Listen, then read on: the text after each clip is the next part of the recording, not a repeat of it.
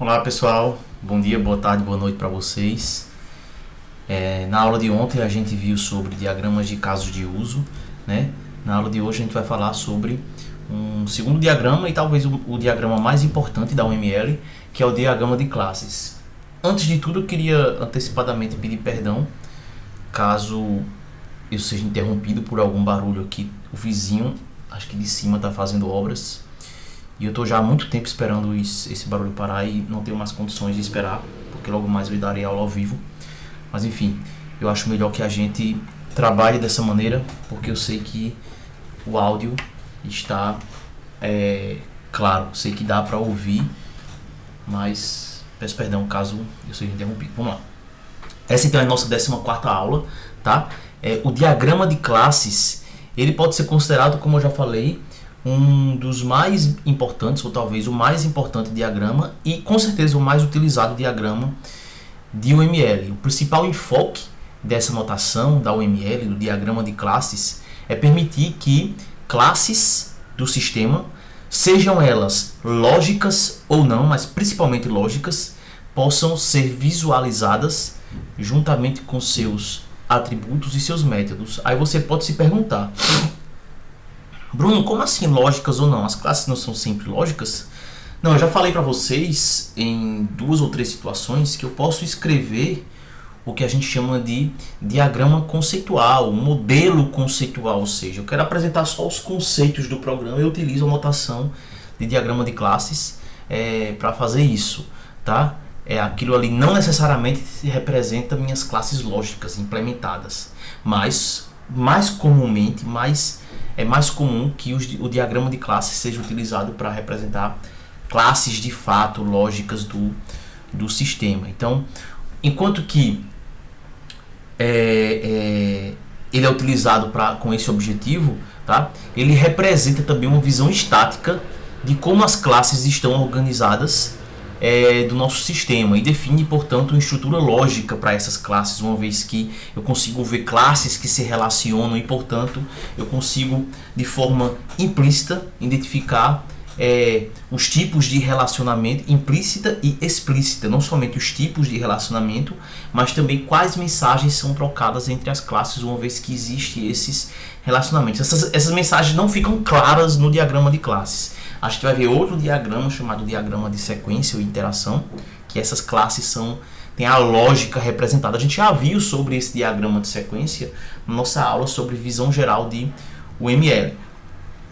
Então, o diagrama serve ainda como base para a construção da maioria dos outros diagramas UML. E normalmente, tá, os processos de desenvolvimento de software se iniciam desenvolvendo diagramas de casos de uso e diagramas de classe quase que paralelamente, tá? E a partir desses, especialmente do diagrama de classes, a gente consegue construir outros diagramas. Então, basicamente, as classes são representadas por um retângulo que contém 3 divisões, onde na primeira divisão nós temos a descrição do nome da classe, tá? Na segunda nós temos os atributos, os campos da classe, né? O termo correto na verdade é campos da classe, tá? Nós temos aqui o termo mais correto, eu poderia dizer, os nomes, 2 pontos, os tipos. CPF é do tipo string, nome do tipo string, endereço é do tipo string. E no terceiro compartimento nós temos os métodos, nesse caso o método chamado consultar, que recebe como parâmetro uma variável chamada CPF, que é do tipo string, e ela retorna 2 pontos. Esse método retorna void, tá? Nós temos ainda em UML como representar os modificadores de acesso, ou seja, a visibilidade. Então aqui fica claro para mim como o negativo representa privado, que esses campos são privados e que esse método, por sua vez, é público, tá? Então a única divisão obrigatória, na verdade, aqui é o nome da classe. Isto porque, como eu falei ainda há pouco, nós podemos utilizar diagramas de classes em uma perspectiva conceitual, como eu já falei para vocês na nossa aula 3, onde eu apresentei conceitos de UML de maneira superficial, uma visão geral. Então, classes se relacionam entre si. Vocês já aprenderam isso em programação orientada a objetos, né?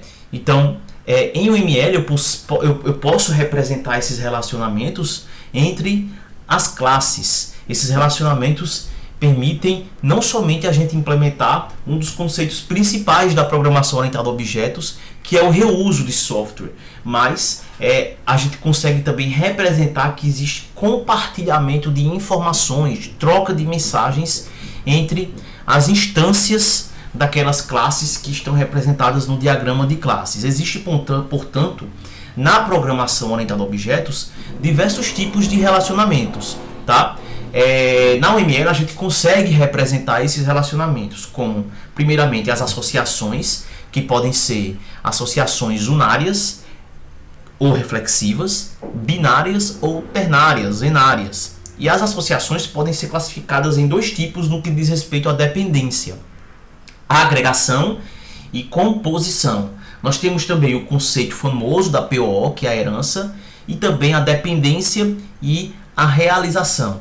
Então, primeiramente, relacionamentos de associação. Primeira coisa, relacionamento reflexivo, relacionamento unário. É aquele que, como o próprio nome diz, uma classe permite que objetos daquela classe se relacionem com ela mesma. É o caso, por exemplo, de funcionário que chefia vários funcionários. Nós temos aqui a cardinalidade, também chamada de multiplicidade.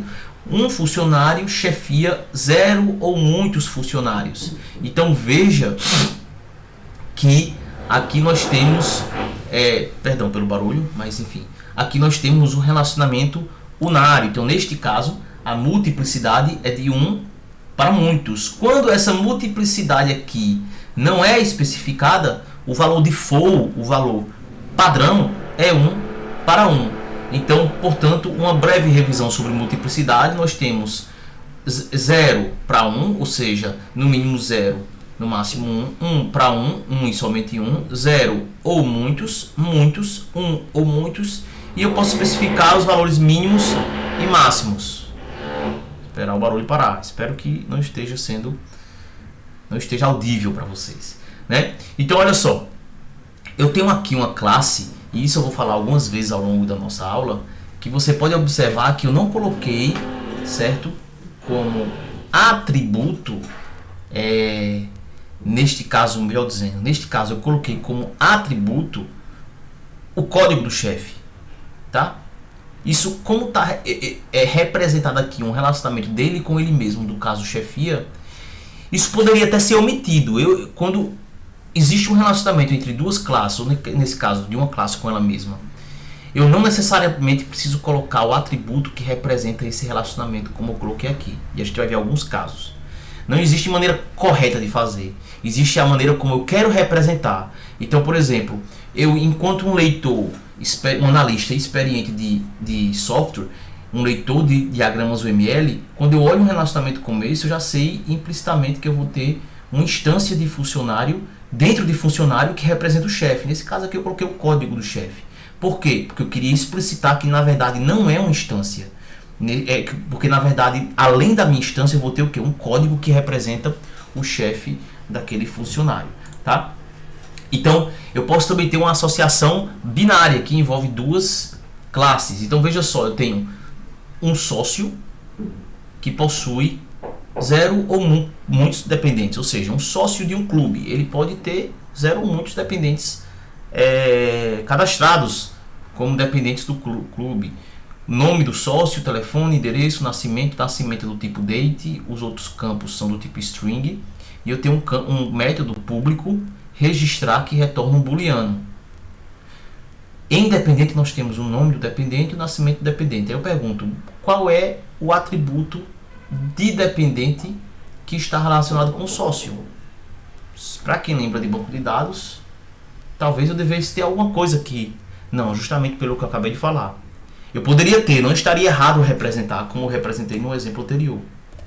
Mas, para mim, analista, eu já sei que implicitamente essa conexão de 0 para muitos me indica que existe uma instância independente de sócio, tá? Então, como a multiplicidade de sócio não foi definida, aqui nós temos como sendo por padrão 1 para 1. Observe que a classe dependente não possui atributo de referência a outra classe, que foi o que eu acabei de dizer. Então, essa referência é implícita na própria associação. Nós temos também a associação ternária entre 3 ou enária várias classes. Nesse caso, um professor leciona para uma turma ou muitas em uma ou muitas salas de aula. Uma sala de aula é possuída, é utilizada, na verdade, uma turma é utilizada, uma sala de aula é utilizada por uma turma, uma ou muitas turmas, e um ou muitos professores lecionam naquela sala. Então a gente pode aqui fazer a leitura desse diagrama. Então aqui eu represento o relacionamento ternário ou enário com um losango que conecta todas as classes relacionadas nessa associação. Essas associações são úteis para mostrar associações complexas. No entanto, deve-se evitá-las. Eu devo sempre priorizar associações binárias. Quando não é possível, que a gente coloca associações ternárias. Tá? Então, uma associação diz que instâncias de uma classe estão ligadas a instâncias da outra classe envolvida na associação. Então, a associação pode ainda identificar, isso é muito importante, algum tipo de dependência entre as classes que a compõem. E é aí que a gente entra em agregação e composição. Então, na associação do tipo agregação, as informações de uma classe, de um objeto de uma classe, que a gente chama de objeto todo, então esse é o tipo de relação todo-parte, né? Então nós temos, todo-parte é um nome muito comum em banco de dados. Então nós temos aqui um objeto todo, certo? Que ele tem informações complementadas por outro objeto do outro lado da associação, que a gente chama de objeto parte, certo? Então eu tenho aqui, ó, uma relação, uma classe chamada pedido, que possui itens pedidos. Veja que aqui eu tenho uma associação comum, né? Itens pedidos, produto. Mas aqui nós temos uma agregação, ela é representada por um losango vazio, tá? Então, aqui é o objeto todo que depende, né? Que é complementado, é o termo mais correto, por informações que estão aqui. Pedido, ele possui itens pedido. Eu crio um pedido e depois começo a incluir o que? Informações complementares nesse pedido, que são os itens pedidos, que por sua vez têm informações de produtos. Então a agregação existe entre pedido e itens pedido, tá? O produto possui uma associação binária com itens pedido, como eu já falei. Um produto pode compor muitos itens pedido, tá? Então a associação de agregação pode em muitos casos ser substituída por uma associação simples, mas aqui a função principal dessa representação é demonstrar que existe uma obrigatoriedade de complementação das informações. As associações elas podem ser simples, agregação e composição, mas eu represento como agregação e composição quando eu quero explicitar essa complementaridade. A gente vai ver na composição que a gente usa o conceito de composição para a gente explicitar a dependência, tá? Então, essa obrigatoriedade de complementaridade fica explícita quando eu coloco o losango no lado do objeto todo. A composição, por sua vez, é uma variação da agregação que representa um vínculo mais forte, ou seja, ela tenta demonstrar que os objetos parte, eles pertencem exclusivamente a um único objeto todo. Então, olha só, um objeto parte ele não pode se associar a mais do que um objeto todo. É diferente aqui de itens pedido. Eu posso ter itens pedido em diversos pedidos. Já aqui não. Olha só, uma revista científica, certo? Nós temos aqui o objeto todo com o losango fechado, tá? Está relacionada a uma edição. Uma edição, por sua vez, contém um artigo. Esse artigo não vive sem que seja nesta edição, num objeto de edição específico, né? Um objeto de edição, ele não pode ser relacionado a mais do que um objeto diferente de uma revista científica. Ele está relacionado somente a uma revista científica. Então, objeto revista científica refere-se a um ou muitos objetos de edição, mas o contrário não existe. Ou seja, a edição ela se relaciona de forma exclusiva com revista científica. O objeto de edição ele se relaciona com no mínimo 6, no máximo 10 artigos. Cada edição tem no mínimo 6, no máximo 10. Mas um artigo ele só se refere a um e somente um objeto de edição. E daí a gente entra num dos principais, no principal relacionamento da PO, né, que é a herança, ou também especialização, generalização, como é conhecido. Então ocorre quando duas ou mais classes elas compartilham características em comum, características semelhantes, né, de uma classe que a gente chama de classe mãe, superclasse. Os métodos podem ser herdados, os campos podem ser herdados. A gente já sabe muito bem como é que se trabalha com herança, e a gente sabe que a representação da herança ela é de que forma? Da classe especializada para a classe generalista com a seta, tá? Então é o caso aqui, ó, uma conta comum pode ser especializada em conta especial e conta poupança. A gente viu inclusive esse exemplo na aula de ontem de caso de uso, tá? Então aqui tá, ó, os campos da classe. Isso quer dizer que conta especial só tem um campo limite? Não, tem, além dos campos de conta comum, tem conta limite. Por outro lado, conta especial não tem os campos de conta poupança, que nesse caso não é nenhum. Conta poupança só tem esses campos, não tem nenhum especificado aqui. E quais são os métodos de conta poupança? Só esses. Só esse com esses. Abertura, saque, juros de cheque não são métodos de conta poupança. Tá? O relacionamento de dependência. Dependência identifica um grau de dependência entre duas classes. Tá? Ou seja, qualquer mudança que ocorrer em uma das classes ocorre em suas classes dependentes. Existem padrões de projeto de software que são desenhados utilizando esse relacionamento, que não é muito comum de ser representado, tá? E ele é representado por uma reta tracejada com a seta da classe dependente para a outra, tá? Então neste caso a classe item carrinho é dependente de carrinho, ou seja, a maioria dos eventos que acontecem em carrinho de compras afetam de alguma forma a instância item carrinho. Realização é o famoso relacionamento de implementação de interfaces, tá? Que é muito útil em PO, especialmente naquelas linguagens que não permitem herança múltipla, né? Então ele é representado por uma seta tracejada, tá? Por uma linha tracejada e uma seta vazia para a interface, que por sua vez vai ter um estereótipo indicando que é uma interface. Uma interface, como vocês já sabem, já deveriam saber, não implementa métodos. É uma classe, é como se fosse uma classe abstrata, ou seja, os seus métodos eles não têm implementação, tem apenas a API.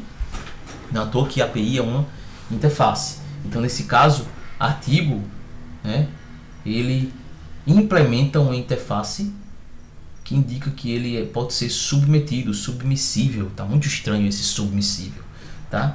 Ele pode ser submetido em um site de periódico, por exemplo. E daí a gente entra em diagramas e objetos. Isso quer dizer que diagramas de objeto é uma nova notação de UML em partes. Diagrama de objetos, ele usa notação de diagrama de classes para representar objetos, tá?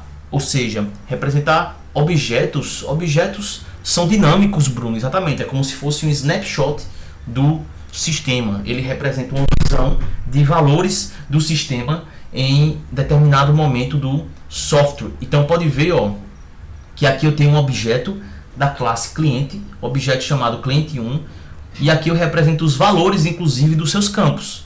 Então isso aqui é muito útil para me mostrar uma visão dinâmica de um determinado momento dos objetos do meu sistema, tá? Existem IDEs, existem ferramentas case que me permitem gerar esses diagramas de um determinado momento do software para que eu possa, inclusive, realizar testes, fazer verificações.